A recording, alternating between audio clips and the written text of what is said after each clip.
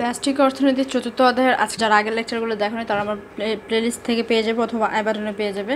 তো বাজেট রেখা আলোচনা করার আগে আমি প্রথমে বাজেট রেখার সংজ্ঞাটা লিখবো, দেন হচ্ছে বাজেট রেখা কি, চিত্র কি, এগুলো নিয়ে আলোচনা করব। তো আমি প্রথমে আগে বাজেট রেখা কি এটা লিখে নেই।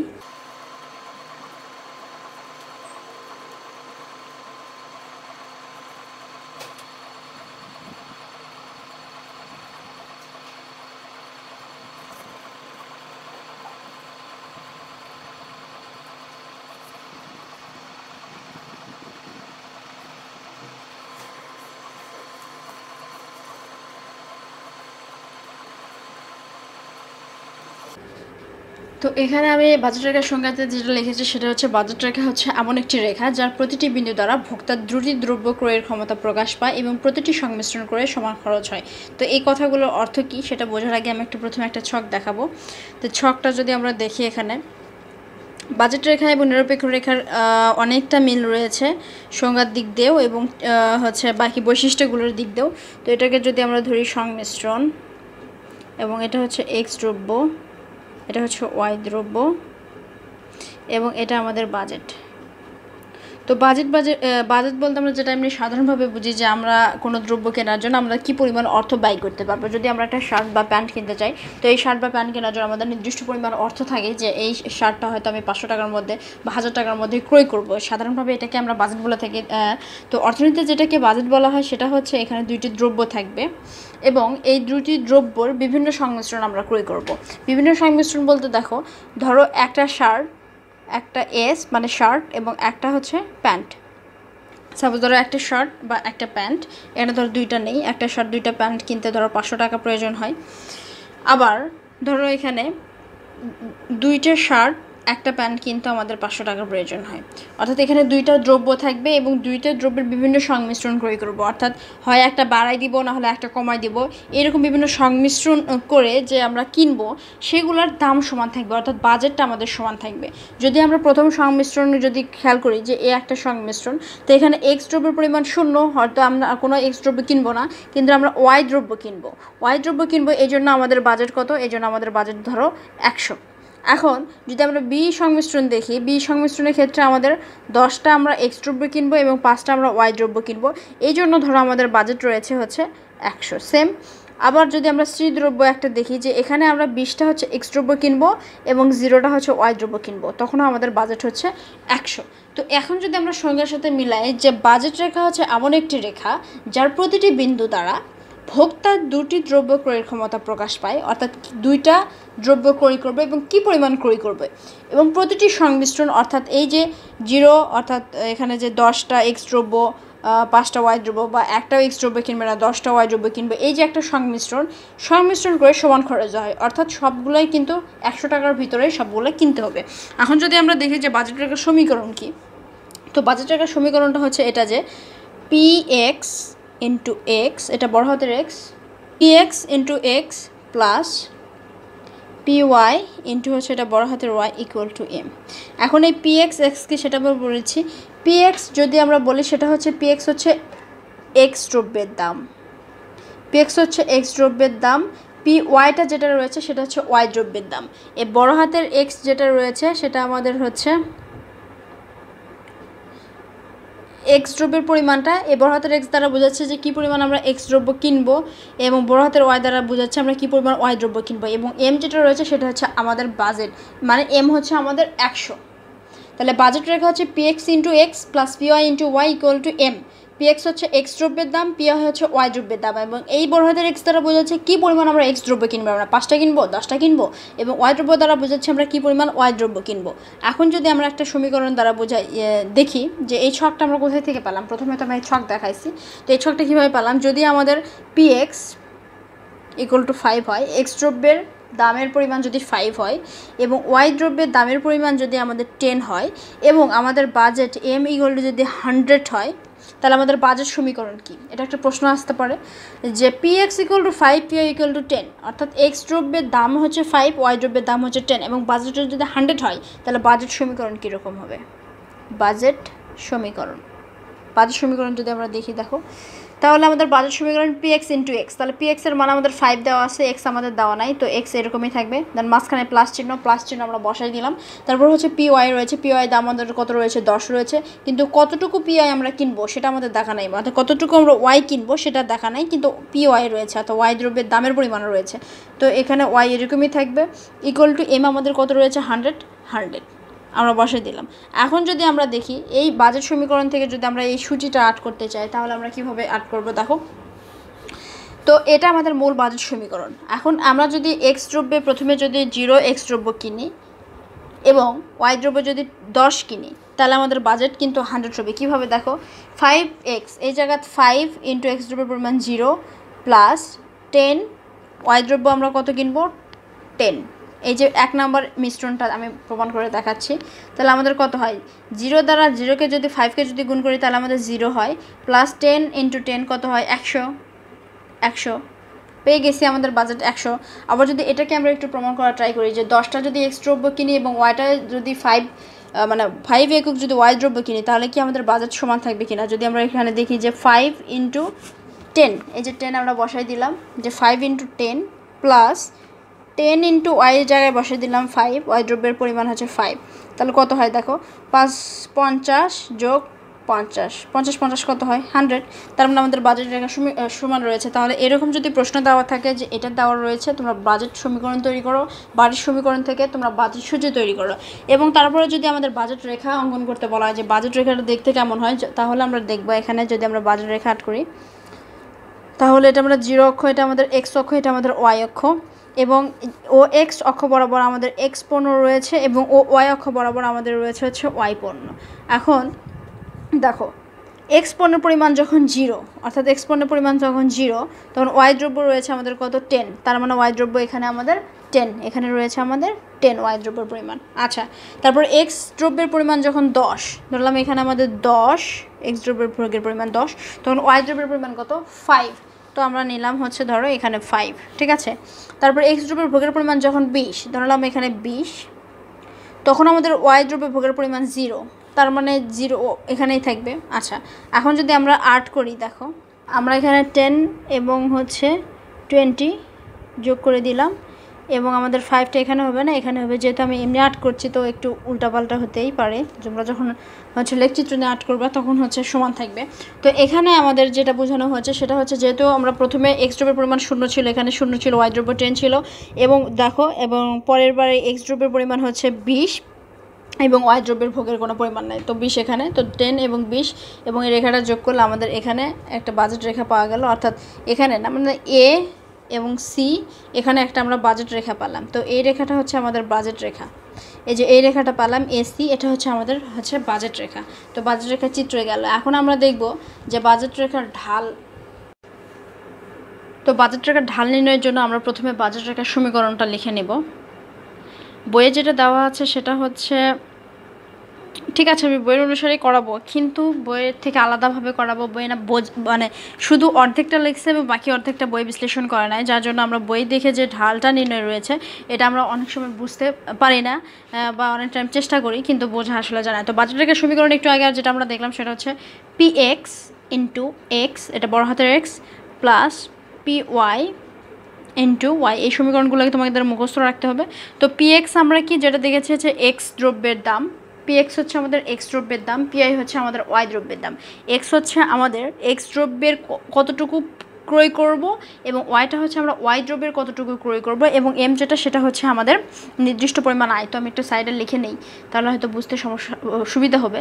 px হচ্ছে এক্স দ্রব্যের দাম, pi হচ্ছে ওয়াই দ্রব্যের দাম, এক্স হচ্ছে এক্স দ্রব্যের পরিমাণ, অর্থাৎ কি পরিমাণ তোমরা এক্স দ্রব্যটা ক্রয় করবে তার পরিমাণ, এবং ওয়াইটা হচ্ছে ওয়াই দ্রব্যের পরিমাণ, কি পরিমাণ ওয়াই দ্রব্য ক্রয় করবে, এবং এম হচ্ছে আমাদের হচ্ছে মোট যে বাজেট, এম হচ্ছে আমাদের মোট যে বাজেট। আচ্ছা, এখন এখানে যদি আমরা দেখি, প্রথমে আমরা কি করব, এই সমীকরণটা থেকে লিখব। দেখো আমরা জানি যে ঢাল নির্ণয়ের ক্ষেত্রে আমাদের যেটা বের করতে হয় সেটা হচ্ছে আমাদের ডিওয়াই ভাগ হচ্ছে ডিএক্স। এই মানে এই ডিওয়াই বা ডিএক্স এটা আমাদের নিয়ে আসতে হয়। তো এখান থেকে আমরা কিভাবে নিয়ে আসবো, আমাদের ওয়াইটাকে আমাদের এ পাশে রাখবো, অর্থাৎ বাম পাশে ওয়াইটাকে রাখবো, বাকি সবগুলোকে আমরা ওই পাশে নিয়ে যাব।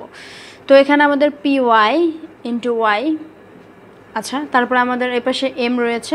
এখন আমরা যে পি এক্স ইন্টু এক্স এইটুকুকে আমরা সমান চিহ্নের ওই পাশে পার করে দিব। তো এটার আগে রয়েছে হচ্ছে প্লাস চিহ্ন, তো এখানে আমাদের মাইনাস চিহ্ন হয়ে যাবে পি এক্স ইন্টু বড় হাতের এক্স। ওকে, তারপরে এ পাশে শুধু আমরা এই বড় হাতের ওয়াইকে রাখবো। তাহলে বড় হাতের ওয়াই এর সাথে পি ওয়াইটা কী আকারে ছিল? গুণ আকারে ছিল। তারপর এবং সমান চিহ্ন ওই পাশে যেটা কী হয়ে যাবে? ভাগ হয়ে যাবে। এম ভাগ হচ্ছে পি ওয়াই মাইনাস এরকমই থাকবে পি এক্স ভাগ হচ্ছে এই যে পি ওয়াই, এবং এই যে ওয়াইটা এক্সটা দেখতে পাচ্ছ সেটা হচ্ছে উপরের সংখ্যা, তাই এটা উপরেই থাকলো। অথবা পি এক্স ইন্টু এক্স তোমরা যদি এখানে এভাবে লেখো, যে কোথায় দেখায় যে পি এক্স ইন্টু এক্স বড় হাতের এক্স ভাগ হচ্ছে পি ওয়াই, কোনো সমস্যা নাই, এভাবে তোমরা লিখতে পারো, এটা তোমাদের ইচ্ছা। আচ্ছা, এখন যেটা আমরা করব দেখো, প্রথমে আমরা এক্স ইকুয়াল টু 0 যদি হয়, এটার নাম দিলাম আমরা 1 নম্বর সমীকরণ। এই সমীকরণটা আমাদের 1 নম্বর সমীকরণ। তো এক্স ইকুয়াল টু যদি আমাদের 0 হয় তাহলে আমাদের কি হবে? 1 নং সমীকরণে বসাই, 1 নং এ বসাই।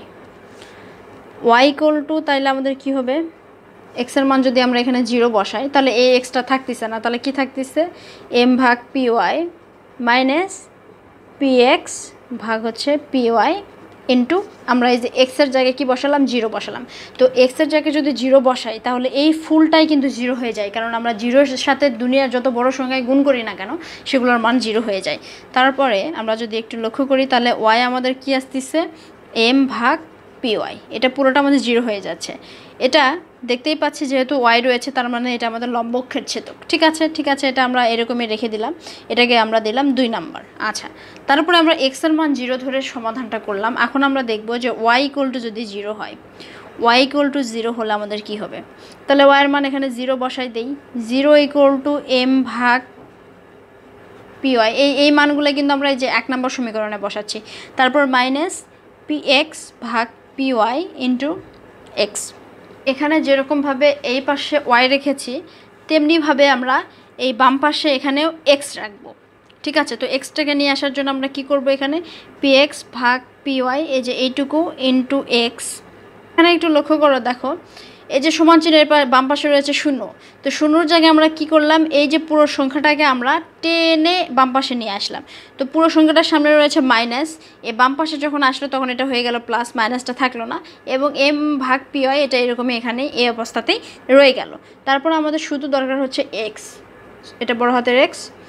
আচ্ছা, তারপরে এখানে যেটা হবে যে এম ভাগ পি ওয়াই এটা এরকমই থাকলো, এবং এটা এই পাশে যে কি হয়ে গেল, এটা এই পাশে রয়েছে গুণ আকারে, ও পাশে হয়ে যাবে ভাগ। তো ভাগটা কিভাবে হচ্ছে এটা আমি ফুল দেখাই দিব, কারণ হচ্ছে অনেকে হয়তো বুঝতে পারবে না। তো পি এম ভাগ এটা এরকমই থাকলো, এম ভাগ পি ওয়াই, এই সমান চিহ্নটা এখানে হবে। আচ্ছা, এখন কথা হচ্ছে এটা এক্সের সাথে কি আকারে আছে? এক্সের সাথে আছে গুণ আকারে। তো এই পাশে যে এটা ভাগ হয়ে গেল পুরোটা, পি এক্স ভাগ পি ওয়াই। আচ্ছা, এরপরে যেটা হলো সেটা দেখো, আমরা এটাকে কিভাবে লিখতে পারি? এম ভাগ পি ওয়াই এটা এরকমই থাকবে। তো এই ভাগটাকে যদি আমরা গুণ লিখি, এরকম গুণ লিখলে এই পি ওয়াইটা যাবে উপরে এবং পি এক্সটা আসবে নিচে। পি ওয়াই ভাগ হচ্ছে পি এক্স। ওকে, তারপর পি ওয়াই যদি কেটে যায় তাহলে কি হয়? এম ভাগ পি এক্স। তাহলে এখানে আমরা দুইটা জিনিস পেয়েছি, একটা হচ্ছে ওয়াইয়ের মান পেয়েছি এম ভাগ পি ওয়াই, এবং এক্সের মান যেটা পেয়েছি যে এক্স ইকুয়াল টু আমরা এখানে লিখতে পারি এক্স ইকুয়াল টু হচ্ছে আমাদের এম ভাগ পি এক্স, এই মানটা আমরা লিখতে পারি। তো এখানে এটা সমীকরণের নাম দিলাম আমরা 3। তাহলে 2 এবং 3 নম্বর সমীকরণ আমরা পেয়ে গেলাম। এখন আমরা কি করব দেখো, এখানে যদি আমি দেখাই যে 2 নংকে 2 ভাগ যদি আমরা 3 করি, 2 নং সমীকরণকে আমরা 3 নম্বর সমীকরণ দ্বারা ভাগ করব, তাহলে আমাদের কি হয় দেখো, যে ঢাল ইকুয়াল টু আমরা এটা বলতে পারি যে 2 নম্বর সমীকরণ হচ্ছে আমাদের এম ভাগ পি ওয়াই, এটা ভাগ হচ্ছে আমাদের এম ভাগ পি এক্স। তাহলে আমরা জানি যে এটা থেকে কীভাবে সমাধান করতে হয়, এই পুরোটাকে এরকমই লিখতে হয়, দেন গুণ চিহ্ন দিতে হয়, দেন নিচেরটা উপরে যায়, উপরেরটা নিচে আসে, দেন পি এক্স উপরে যাবে, এমটা নিচে আসবে। তাহলে এম কেটে গেল, থাকে আমাদের কি পি এক্স ভাগ হচ্ছে পি ওয়াই, পি এক্স ভাগ পি ওয়াই। তাহলে ঢাল ডিওয়াই ডিএক্স ইকুয়ালটা আমরা কি পেলাম? এটা হচ্ছে, এটাকে যদি আমি একটু মার্কিং করি যে ঢাল ডিওয়াই ডিএক্স, এটাকে আমরা কি পেলাম? পি এক্স ভাগ হচ্ছে পি ওয়াই। এটাই হচ্ছে আমাদের বাজেট ট্রেকার ঢাল এটাকে আমরা কিভাবে কথাই বলতে পারি, দেখো পিএক্স মানে আমরা কি দেখেছি যে এক্স দ্রব্যের হচ্ছে দাম এবং পিওয়াই দ্বারাই দেখেছি ওয়াই দ্রব্যের দাম। তাহলে বাজেট ট্রেকার ঢাল হচ্ছে দুটি দ্রব্যের দামের অনুপাতের কি সমান। দুটি দ্রব্যের এই যে একটা এক্স দ্রব্য, এটা হচ্ছে ওয়াই দ্রব্য, এক্স এবং ওয়াই দ্রব্যের দামের অনুপাতের সমান হচ্ছে বাজেট ট্রেকার ঢাল। আমি একটু সামারি অবশ্যই বলে দিব, আমি আরেকবার পুরোটা বলে দিচ্ছি, সবাই একটু মনোযোগ দিয়ে শোনো। তো প্রথমে হচ্ছে এটা আমাদের বাজেট রেখা, এখানে কোনো কাহিনী নেই। ওকে, বাজেট রেখা যেহেতু আমাদের ঢালের ডিওয়াই ভাগ ডিএক্স এটা বের করতে হয়, তো আমরা এই পাশে ওয়াই রাখবো। তো ওয়াই রাখার জন্য আমরা পি ওয়াই এবং পি ওয়াই ইন্টু ওয়াই এটাকে রেখেছি এই পাশে, এবং সমান চিহ্নের ওই পাশে আমরা এইটুকুকে সমান চিহ্নের এই পাশে পার করেছি। পার করার পরে আমরা এই পি ওয়াইটাকে ও পাশে পার করেছি। যেহেতু পি ওয়াইটা ওয়াইয়ের সাথে ইন্টু আকারে আছে, গুণ আকারে আছে, তাই সমান চিহ্নের ওই পাশে যে এটা কি হয়ে গেল, ভাগ হয়ে গেল। এটা আমরা সমীকরণ নাম্বার 1-এ ধরেছি। তারপরে সমীকরণ নাম্বার 1-এ আমরা কি করলাম, একবার এক্সের মান 0 ধরবো এবং একবার ওয়াইয়ের মান 0 ধরবো। এক্সের মান যখন প্রথমে 0 ধরেছি তখন আমাদের এইরকম একটা সমীকরণ পেয়েছি। কিভাবে পেলাম, এই এক্সের জায়গায় শুধু 0 বসাই দিয়ে এরকম একটা মান পেয়েছি। তারপর আমরা কি করলাম, ওয়াইয়ের মান 0 বসাই দিছি। প্রথমে এক্সের মান 0 বসাই দিছি, পরে ওয়াইয়ের মান 0 বসাই দিছি। যখন ওয়াইয়ের মান 0 বসাই দিছি তখন আমরা এক্সের একটা মান পেয়েছি, সেই মানটা কি, এই যে এটা এম ভাগ পি এক্স, এবং ওয়াইয়ের একটা মান পেয়েছি। তারপর আমরা এই 2 নম্বর সমীকরণকে 3 নম্বর সমীকরণ দ্বারা ভাগ করেছি। ভাগ করার ফলে আমরা ডিওয়াই ডিএক্স অর্থাৎ ঢাল পেয়েছি পি এক্স ভাগ হচ্ছে পি ওয়াই। এটাই হচ্ছে আমাদের বাজেট রেখার ঢাল। এখন কথা হচ্ছে যদি বাজেট রেখার বৈশিষ্ট্য আসে, বাজেট রেখার বৈশিষ্ট্য এবং নিরপেক্ষ রেখার বৈশিষ্ট্য দুটো হচ্ছে সেম। তোমরা যদি বইয়ে দেখো দুটা সেম, শুধু নিরপেক্ষ রেখার জায়গায় তোমরা বাজেট রেখা লিখবা। এখন কথা হচ্ছে যদি তোমাদের প্রশ্ন আসে যে বাজেট রেখা এবং নিরপেক্ষ রেখার মধ্যে পার্থক্য লিখো, তাহলে এই পার্থক্যটা তোমরা স্ক্রিনে যেটা দেখতে পাচ্ছ সেটা আমি এখন বর্ণনা করে দিচ্ছি। দেখো, নিরপেক্ষ রেখার ঢালে লেখা আছে যে রেখার বিভিন্ন বিন্দুতে দুটি দ্রব্যের সমন্বয় হতে ভোক্তার সমান উপযোগ লাভ করে তাকে নিরপেক্ষ রেখা বলে। এই সংজ্ঞাটা যদি তোমরা না দিতে, যে আমি যে সংজ্ঞাটা বলে দিয়েছি এর আগের যে লেকচারে, সেটা তোমরা এখানে অ্যাড করতে পারো, এবং বাজেট রেখার যে সংজ্ঞাটা সেখানে আমি এখানে দিয়ে দিলাম। তারপর এখানে বলা আছে যে বাজেট রেখা ডান দিকে নিম্নগামী এবং মূল বিন্দুর দিকে উত্তল। অবশ্যই আমরা বাজেট রেখা দেখেছি কীরকম, যে বাজেট রেখা হচ্ছে একটি উত্তল এবং নিরপেক্ষ রেখা হচ্ছে একটি উত্তল, এবং বাজেট রেখা ডান দিকে নিম্নগামী এবং সরলাকৃতি। এখন যদি আমি একটু এখানে অ্যাড করি, দেখো আমরা দেখেছি যে নিরপেক্ষ রেখা ডান দিকে নিম্নগামী এবং মূল বিন্দুর দিকে উত্তল। তো অবশ্যই এই যে দেখো নিরপেক্ষ রেখা ডান দিকে নিম্নগামী, এই যে এটা নিরপেক্ষ রেখার ঢাল, এবং এটা নিরপেক্ষ রেখার চিত্র, এবং এটা হচ্ছে বাজেট রেখার চিত্র। তার মানে এখন যদি আমরা বইয়ে রেখা ডান দিকে নিম্নগামী এবং মূলবিন্দুর দিকে অবশ্যই উত্তল, যেটা আমরা দেখলাম, এবং বাজেট রেখা ডান দিকে নিম্নগামী এবং সরলাকৃতির। ওকে, তারপর 3 নম্বর পয়েন্টে বলেছে নিরপেক্ষ রেখা ভোক্তার উপযোগ বা তৃপ্তির পর্যায় নির্দেশ করা। অবশ্যই যে নিরপেক্ষ রেখাতে দুটি দ্রব্যের সংমিশ্রণে ভোক্তা তৃপ্তির স্তর প্রকাশ করা হয়, যেটা আমরা আগের লেকচারে দেখেছি। কিন্তু বাজেট রেখার ভোক্তা আয়ের পর্যায় নির্দেশ করে। বাজেট মানেই তো আয় না, আমরা যখনই কোনো কিছু কিনি আমাদের নির্দিষ্ট বাজেটের মধ্যে সব কিছু করতে হয় অবশ্যই। তো এখানে সেটা বলেছে, এবং 4 নম্বর পয়েন্টে বলেছে যে নিরপেক্ষ রেখার ঢাল দুটি দ্রব্যের প্রান্তিক উপযোগের অনুপাত নির্দেশ করে। আমরা যে নিরপেক্ষ রেখাতে দেখেছিলাম দিকে তাকাই, তাহলে দেখতে পাবো যে নিরপেক্ষ, যদি আমরা এখন দেখি যে MRS X Y, MU X ভাগ হচ্ছে এমইউ ওয়াই, মাইনাস, এটা মাইনাস থাকে সামনে। তার মানে দুটি দ্রব্যের প্রান্তিক উপযোগের এই যে অনুপাতটা, এই যে ঋণাত্মক মানের সমান হচ্ছে আমাদের নিরপেক্ষ রেখার ঢাল। এবং বাজেট রেখার ঢাল যেটা আমরা দেখেছি, যে আমরা যদি একটু দেখি যে বাজেট রেখার ঢাল আমরা যেটা দেখেছি সেটা হচ্ছে পিএক্স ভাগ হচ্ছে পিওয়াই, অর্থাৎ দুটি দ্রব্যের দামের অনুপাতের সমান। তারপরে 4 নম্বর পয়েন্টটা যদি আমরা আরেকবার দেখাই, 3 নম্বর পয়েন্ট না 4 নম্বর পয়েন্ট, আচ্ছা 4 নম্বর পয়েন্টে যদি আমরা আবার একবার তাকাই, যে কিন্তু বাজেট রেখার ঢাল দুটি দ্রব্যের দামের অনুপাত নির্দেশ করে। ওকে, নিরপেক্ষ 4 নম্বর পয়েন্ট, আচ্ছা 4 নম্বর পয়েন্টে যদি আমরা আবার একবার তাকাই, যে কিন্তু বাজেট রেখার ঢাল দুটি দ্রব্যের দামের অনুপাত নির্দেশ করে। ওকে, নিরপেক্ষ রেখা ভূমি কিংবা লম্ব কোনো অক্ষকে স্পর্শ করে না, যেটা আমরা দেখেছি বৈশিষ্ট্যের মধ্যে, কিন্তু বাজেট রেখার ঢাল ভূমি এবং লম্ব উভয় অক্ষকে স্পর্শ করে। অবশ্যই এটা আমরা আমাদের চিত্রতে দেখেছি যে বাজেট রেখা ভূমি এবং নিরপেক্ষ রেখাতে স্পর্শ করে। তো এই ছিল আমাদের আজকের লেকচার। আমরা আজকে যেটা আলোচনা করলাম সেটা হচ্ছে বাজেট রেখা কী, বাজেট রেখার সমীকরণ, বাজেট রেখা দেখতে কীরকম, বাজেট রেখার ঢাল কীভাবে নির্ণয় করতে হয়, এবং বাজেট রেখার বৈশিষ্ট্য। দেন পরবর্তী লেকচারে আমরা আলোচনা করবো হচ্ছে ভোক্তার ভারসাম্য। তো সে পর্যন্ত সবাই ভালো থাকো, সুস্থ থাকো, এবং আমাদের পরবর্তী লেকচার পেতে আমাদের চ্যানেলটি সাবস্ক্রাইব করো। Thank you.